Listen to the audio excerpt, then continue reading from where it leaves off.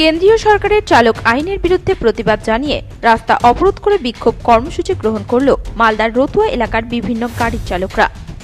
মঙ্গলবার শতাধিক গাড়ির চালক রতুয়া ব্লক মোড় এলাকায় রাজ্য সড়ক অবরোধ করার পাশাপাশি বাসস্ট্যান্ড এলাকাতেও পথ অবরোধ করে বিক্ষোভ চালাতে থাকেন।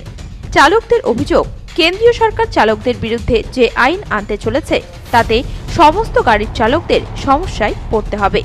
আইন অনুযায়ী দুর্ঘটনা ঘটলে অথবা পথ দুর্ঘটনায় মৃত্যু ঘটলে চালকদের জেল জরিমানা ধার্য করা হবে। এই ধরনের আইন আসলে দেশ জুড়েই চালকরা সমস্যায় পড়বেন বলে অভিযোগ। এমতো অবস্থায় কেন্দ্র সরকারের সেই আইনের বিরোধিতা করে রতুয়া এলাকার বিভিন্ন ছোট বড় যানবাহন চালকদের যে সংগঠন রয়েছে সেই সংগঠনের সদস্যরা এদিন সকাল থেকেই বিক্ষোভে শামিল হন। মূলত কেন্দ্র সরকারের এই নতুন আইন বাতিল সহ বিভিন্ন দাবির ভিত্তিতে এদিন আন্দোলনে নামেন চালকরা। এই বিষয়ে রতুয়া বাস ড্রাইভার কল্যাণ সমিতির সম্পাদক উসমান গনি জানান, আজকে স্যার আমি রতুয়া ড্রাইভার কল্যাণ সমিতির ইউনিয়ন সেক্রেটারি। আজকের অবরোধ আমাদের এটাই ইস্যু, আমাদের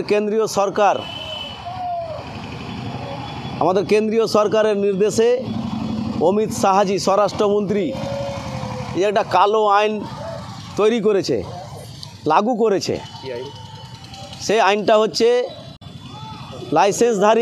লাইসেন্সধারী ড্রাইভার যারা আছে সারা ভারতবর্ষে, তাদের দ্বারা রাস্তাঘাটে গাড়ি চালাতে গিয়ে যদি কোনো দুর্ঘটনার কবলে পড়ে, যদি কোনো একটা অ্যাক্সিডেন্ট হয়, ওই পেশেন্টকে গাড়ি দাঁড় করিয়ে অন্য গাড়িতে করে নিয়ে হাসপাতালে পৌঁছাতে হবে। এই আইন যদি লাগু থাকে তাহলে আমরা ড্রাইভার যারা আমরা মানুষরা, ড্রাইভার দূরে থাক, আমরা মানুষরা নিজেকে নিজেরাই কন্ট্রোল করতে পারি না। রাস্তায় হাঁটতে গিয়ে উঝোট লেগে পড়ে যায় অনেক সময়। তাহলে একটা গাড়ি 10 চাকার গাড়ি, 12 চাকার গাড়ি, 6 চাকার গাড়ি, 8 চাকার গাড়ি চালাতে গিয়ে মিস্টেক হতেই পারে। যার জন্যে আমাদেরকে সরকারি নির্দেশ অনুযায়ী আমাদেরকে লাইসেন্স দেওয়া হয়েছে, ট্রেনিং নিয়ে আমাদেরকে লাইসেন্স দিয়েছে।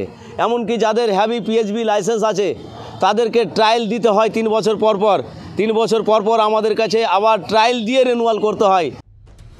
এদিকে এদিন এই পথ অবরোধের জেরে রতুয়া জুড়ে যানজটের সৃষ্টি হয়। ঘটনাস্থলে পৌঁছায় রতুয়া থানার পুলিশ। পরবর্তীতে পুলিশি হস্তক্ষেপে যান চলাচল স্বাভাবিক হয়। মালদা থেকে পরিত সরকারের রিপোর্ট, নিউজ টুডে।